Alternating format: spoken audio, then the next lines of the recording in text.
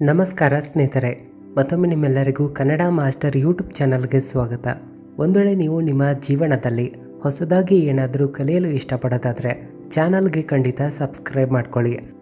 ಈ ವರ್ಷದ ಮೊದಲ ಸೂರ್ಯಗ್ರಹಣ ನಿಮಗೆ ಅಪಾರ ಧನ ಸಂಪತ್ತನ್ನು ಕೊಡುತ್ತದೆ.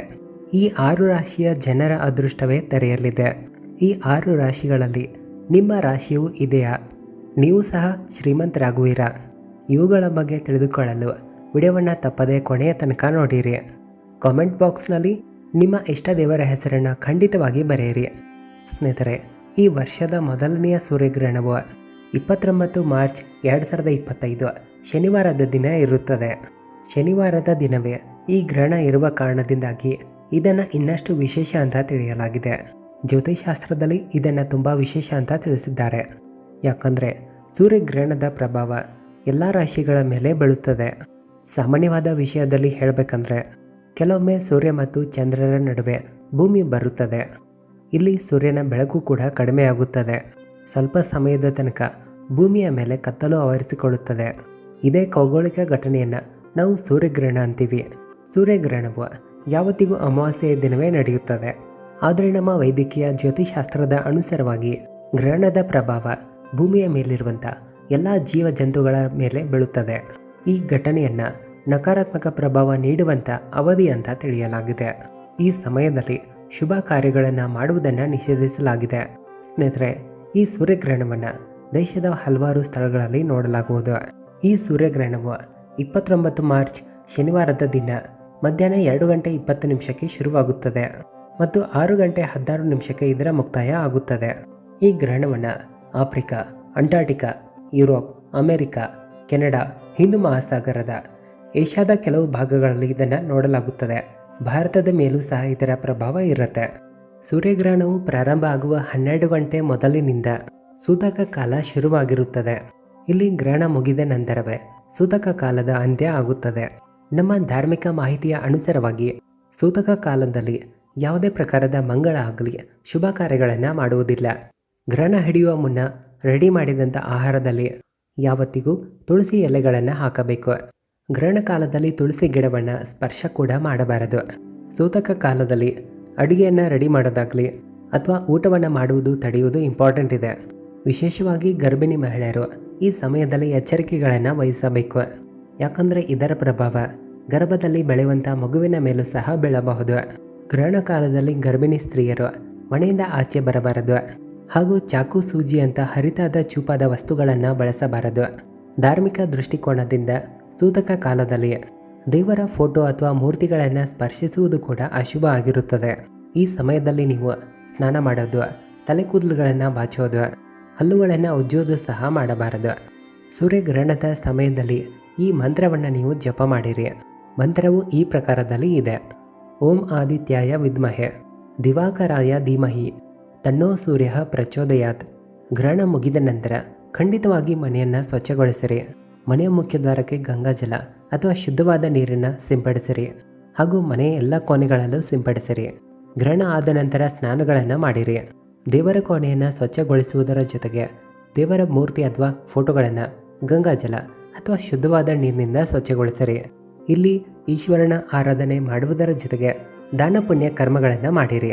ಪೂಜೆಯಲ್ಲಿ ಸೂರ್ಯದೇವರನ್ನು ಖಂಡಿತವಾಗಿ ಆರಾಧಿಸಿ. ಗ್ರಹಣ ಮುಗಿದ ನಂತರ ಶುದ್ಧವಾದ ಆಹಾರವನ್ನು ರೆಡಿ ಮಾಡಿ. ಯುಗಾದಿ ಹಬ್ಬದ ಮೇಲೆ ಈ ಗ್ರಹಣದ ಯಾವುದೇ ಕೆಟ್ಟ ಪ್ರಭಾವ ಇರೋದಿಲ್ಲ. ಆದರೆ ವರ್ಷದ ಈ ಮೊದಲನೆಯ ಸೂರ್ಯಗ್ರಹಣವು ಕೆಲವು ರಾಶಿಯವರಿಗಾಗಿ ಕೆಲವು ಕಷ್ಟಗಳನ್ನು ತರಬಹುದು. ಇದರ ಪ್ರಭಾವ ವಾತಾವರಣದಲ್ಲಾಗಲಿ ರಾಜನೀತಿಯ ಮೇಲೂ ಬೀಳಬಹುದು. ಈ ಸೂರ್ಯಗ್ರಹಣವು ಎಲ್ಲ 12 ರಾಶಿಗಳ ಮೇಲೆ ತನ್ನ ಪ್ರಭಾವವನ್ನು ಹಾಕುತ್ತದೆ. ಹಾಗಾಗಿ ಕೆಲವು ರಾಶಿಯ ಜನರು ಗ್ರಹಣ ಕಾಲದಲ್ಲಿ ಕೆಲವು ಚಿಕ್ಕ ಪುಟ್ಟ ಎಚ್ಚರಿಕೆಗಳನ್ನು ವಹಿಸೋದು ಇಂಪಾರ್ಟೆಂಟ್ ಇದೆ. ಕೆಲವು ರಾಶಿಯವರು ಧನ ಸಂಪತ್ತನ್ನು ಪಡೆದುಕೊಂಡು ಶ್ರೀಮಂತರಾಗಲಿದ್ದಾರೆ. ಗೃಹ ಸೌಖ್ಯ, ಗೌರವ ಆಗಲಿ, ಪದವಿಯಲ್ಲಿ ವೃದ್ಧಿಯಾಗುವುದರ ಜೊತೆಗೆ ಇವರಿಗೆ ಅಪಾರ ಧನ ಸಂಪತ್ತಿನ ಲಾಭಗಳು ಸಿಗಲಿವೆ. ಇವರು ಖಂಡಿತವಾಗಿ ಲಕ್ಷಾಧಿಪತಿ, ಕೋಟ್ಯಾಧಿಪತಿಗಳು ಆಗಲಿದ್ದಾರೆ. ಹಾಗಾದರೆ ತಡೆ ಯಾಕೆ? ಆ ರಾಶಿಯ ಜನರ ಬಗ್ಗೆ ತಿಳಿದುಕೊಳ್ಳೋಣ ಬನ್ನಿ. ಆದರೆ ಸ್ನೇಹಿತರೆ, ಅದಕ್ಕೂ ಮುನ್ನ ನಿಮ್ಮಲ್ಲಿ ನಮ್ಮ ಒಂದು ಚಿಕ್ಕ ರಿಕ್ವೆಸ್ಟ್ ಇದೆ. ವಿಡಿಯೋವನ್ನು ಲೈಕ್ ಮಾಡಿ ಹಾಗೂ ನಿಮ್ಮ ಸ್ನೇಹಿತರಿಗೂ ವಿಡಿಯೋವನ್ನು ಶೇರ್ ಮಾಡಿರಿ. ಇಲ್ಲಿಯ ತನಕ ಚಾನಲ್ಗೆ ನೀವು ಸಬ್ಸ್ಕ್ರೈಬ್ ಮಾಡ್ಕೊಂಡಿಲ್ಲ ಅಂದರೆ ಈಗಲೇ ಚಾನಲ್ಗೆ ಸಬ್ಸ್ಕ್ರೈಬ್ ಮಾಡಿಕೊಂಡು ನೋಟಿಫಿಕೇಷನ್ ಆನ್ ಮಾಡಿ ಇಟ್ಕೊಳ್ಳಿ. ಇದರಿಂದ ಹೊಸ ವಿಡಿಯೋಗಳನ್ನು ನೀವು ಮಿಸ್ ಮಾಡದೆ ನೋಡಬಹುದು. ಸ್ನೇಹಿತರೆ, ಈ ಸೂರ್ಯಗ್ರಹಣವು ಈ ರಾಶಿಯ ಜನರ ಅದೃಷ್ಟ ಬದಲಾಯಿಸುತ್ತಿದೆ. ಹಾಗಾಗಿ ವಿಡಿಯೋನ ಎಲ್ಲಿಯೂ ಸ್ಕಿಪ್ ಮಾಡದೆ ಪೂರ್ತಿಯಾಗಿ ನೋಡಿರಿ. ಎಲ್ಲಕ್ಕಿಂತ ಮೊದಲನೆಯ ಅದೃಷ್ಟಶಾಲಿ ರಾಶಿಯು ಮಿಥುನ ರಾಶಿ. ಮಿಥುನ ರಾಶಿಯ ಜನರ ಮೇಲೆ ವಿಶೇಷವಾಗಿ ಭಗವಂತನಾದ ಶಿವನ ಆಶೀರ್ವಾದ ಇರಲಿದೆ. 29 ಮಾರ್ಚ್ ದಿನ ಹಿಡಿಯುವಂಥ ಸೂರ್ಯಗ್ರಹಣದ ಕಾರಣದಿಂದಾಗಿ ಧನಲಾಭ ಆಗುವ ಸಾಧ್ಯತೆ ಇರುತ್ತೆ. ಈಗ ನಿಮ್ಮ ವ್ಯಾಪಾರ ಮತ್ತು ವ್ಯವಸಾಯದಲ್ಲಿ ವೃದ್ಧಿಯಾಗಬಹುದು. ನೌಕರಿ ಮಾಡುತ್ತಿರುವಂಥ ಜನರಿಗೆ ಒಳ್ಳೆಯ ಪದವಿ ಪ್ರಮೋಷನ್ಗಳು ಸಿಗಲಿವೆ. ಯಾರು ವಿದೇಶದಲ್ಲಿ ಇದ್ದುಕೊಂಡು ನೌಕರಿ ಮಾಡಲು ಇಷ್ಟಪಡ್ತಾ ಇರ್ತಾರೋ ಅಥವಾ ಶಿಕ್ಷಣವನ್ನು ಪೂರೈಸಿಕೊಳ್ಳಲು ಇಷ್ಟಪಡ್ತಾ ಇರ್ತಾರೋ ಅಂಥವರಲ್ಲಿ ವೃದ್ಧಿಯಾಗುತ್ತೆ. ವ್ಯಾಪಾರ ಮಾಡ್ತಾ ಇದ್ದರೆ ಹೆಚ್ಚಿನ ಲಾಭಗಳು ಆಗುವ ಸಾಧ್ಯತೆ ಇರುತ್ತದೆ. ಸಮಾಜದಲ್ಲಿ ಗೌರವ ಘನತೆ ಪ್ರತಿಷ್ಠೆ ಸಿಗುತ್ತದೆ. ಮುಂದಿನ ಭಾಗ್ಯಶಾಲಿ ರಾಶಿಯು ಕುಂಭರಾಶಿ. ಕುಂಭರಾಶಿಯ ಜನರ ಮೇಲೆ ಭಗವಂತನ ಕೃಪೆ ಇರಲಿದೆ. ಜೊತೆಗೆ ಯಾವುದೇ ಕೆಲಸ ಕಾರ್ಯಗಳನ್ನು ಮಾಡಿದ್ರೂ ಯೋಚನೆ ಮಾಡಿ ಮಾಡುವುದು ಒಳ್ಳೆಯದು. ಇಲ್ಲಿ ದೊಡ್ಡದಾಗಿರುವ ನಿರ್ಧಾರಗಳನ್ನು ನೀವು ತೆಗೆದುಕೊಳ್ಳಬಹುದು. ಆದರೆ ಇಂಥ ನಿರ್ಧಾರಗಳನ್ನು ತೆಗೆದುಕೊಳ್ಳುವಾಗ ಎಚ್ಚರಿಕೆಗಳನ್ನು ವಹಿಸೋದು ಇಂಪಾರ್ಟೆಂಟ್ ಇದೆ. ವೃತ್ತಿಯ ವಿಷಯದಲ್ಲಿ ಲಾಭಗಳನ್ನು ಕಾಣ್ತೀರಾ. ಪ್ರೇಮ ಸಂಬಂಧಗಳಲ್ಲಿ ಇನ್ನಷ್ಟು ಒಳ್ಳೆಯ ಸುದ್ದಿಗಳನ್ನು ಕೇಳ್ತೀರಾ. ನಿಮ್ಮ ಜೊತೆ ಕೆಲಸ ಕಾರ್ಯಗಳನ್ನು ಮಾಡುತ್ತಿರುವಂಥ ಜನರಿಂದ ಸಹಾಯ ಕೂಡ ಸಿಗಲಿದೆ. ಜೀವನ ಸಂಗಾತಿಯೊಂದಿಗೆ ಇರುವಂಥ ತಾಳಮೇಳ ಚೆನ್ನಾಗಿರುತ್ತೆ. ಇನ್ನು ಮೂರನೆಯ ಭಾಗ್ಯಶಾಲಿ ರಾಶಿಯು ಕನ್ಯಾ ರಾಶಿ. ಕನ್ಯಾ ರಾಶಿಯ ಜನರಿಗಾಗಿ ಈ ಸೂರ್ಯಗ್ರಹಣ ತುಂಬಾ ಭಾಗ್ಯಶಾಲಿ ಆಗಿದೆ. ಜಮೀನು ಪ್ರಾಪರ್ಟಿ ವಿಷಯದಲ್ಲಿ ಲಾಭಗಳನ್ನು ಗಳಿಸ್ತೀರಾ. ವಾದವಿವಾದಗಳಂಥ ವಿಷಯಗಳಿಂದ ನೀವು ದೂರ ಇರುವುದು ಒಳ್ಳೆಯದು. ಸಮಾಜದಲ್ಲಿ ಗೌರವ ಘನತೆ ಸಿಗುತ್ತೆ. ಸ್ನೇಹಿತರಿಂದ ಉಪಯೋಗ ಆಗುವಂಥ ಸಲಹೆಗಳು ಸಿಗುತ್ತವೆ. ನಿಮ್ಮ ಮಕ್ಕಳ ಮೇಲೆ ನೀವು ಕಾಳಜಿ ವಹಿಸೋದು ತುಂಬ ಇಂಪಾರ್ಟೆಂಟ್ ಇದೆ. ಜೊತೆಗೆ ನಿಮಗೆ ಹಿರಿಯರ ಆಶೀರ್ವಾದವೂ ಸಿಗಲಿದೆ. ಪಾರ್ಟ್ನರ್ ಜೊತೆ ನೀವು ಕೆಲಸ ಕಾರ್ಯಗಳನ್ನು ಮಾಡ್ತಾ ಇದ್ದರೆ ಮಾನಹಾನಿ ಆಗುವ ಸಾಧ್ಯತೆ ಇರುತ್ತೆ. ಅದರಿಂದ ನೀವು ಉಳಿದುಕೊಳ್ಳೋದು ತುಂಬ ಇಂಪಾರ್ಟೆಂಟ್ ಇದೆ.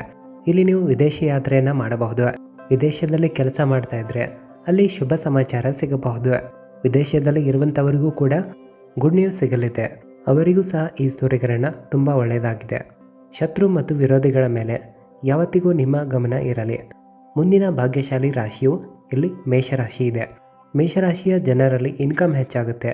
ಕಾರ್ಯಕ್ಷೇತ್ರದಲ್ಲಿ ವೃದ್ಧಿ ಹೆಚ್ಚಾಗಲಿದೆ.